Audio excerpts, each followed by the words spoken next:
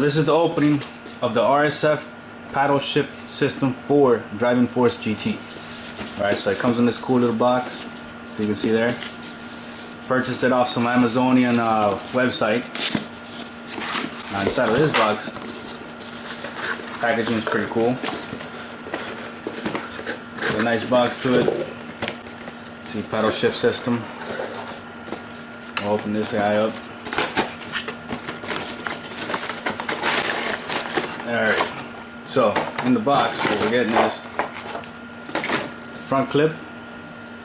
It's pretty sturdy plastic here.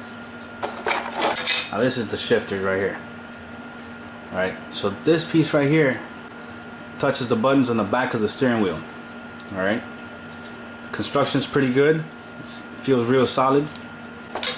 This clips over the steering wheel and it comes with screws. So you get the screws for it. So we're gonna get this, just put it on the steering wheel before I screw it in. I'm gonna put this in the back. It's pretty easy to do. Slides right on there. Put this one right here in the front. Lines up perfectly. The paddle shifters touching the back of the buttons. See the button right there?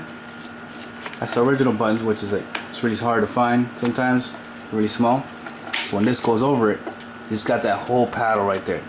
There are some other ones that I saw on the internet, but there are some that where you put tape on there. That's not gonna last.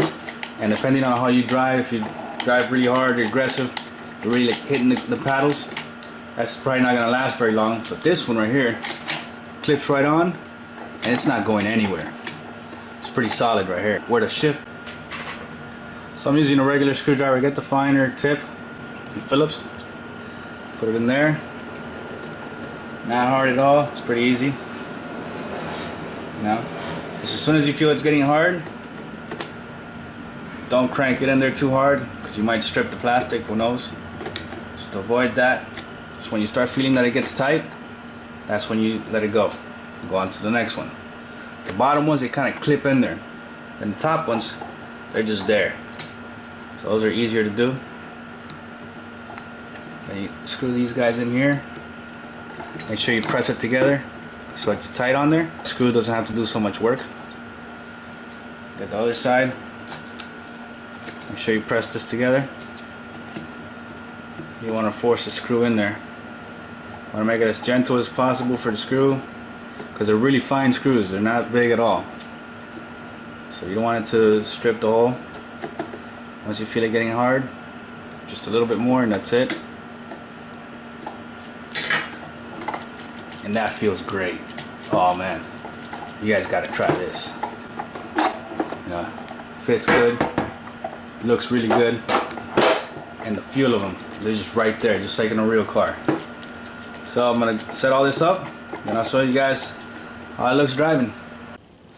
Alright, on the Driving Force pedals, I've heard on the internet before that the brake pedal seems to be really soft, really loose. So I guess when somebody's driving in their car or whatever, they hit the brakes and it locks up the brakes. So easy fix for this, for me, was get some racket balls. Cut that sucker in half. Now careful, don't cut yourself. It's not the easiest thing to do. I stabbed it first, then split it in half. Then you get one half, you stick it inside of there. See? With the open part facing down, so the ball part's facing up. Now it gives a lot of resistance. Remember, you're using your foot, so your foot's a lot stronger than your hands. So the foot, it feels a brake pedal now. Cool. You know, I've never had a problem with it, but it seems to be a pretty cool little add-on there. So let me show you guys my setup, which I bought this on the internet a while back. Some PVC pipes, and it hooks up to the wheel. So see that? Now in the bottom part over there, the brake pedals are going to go inside of here. And then you just adjust it to your height, whatever. And then it's time to play the game.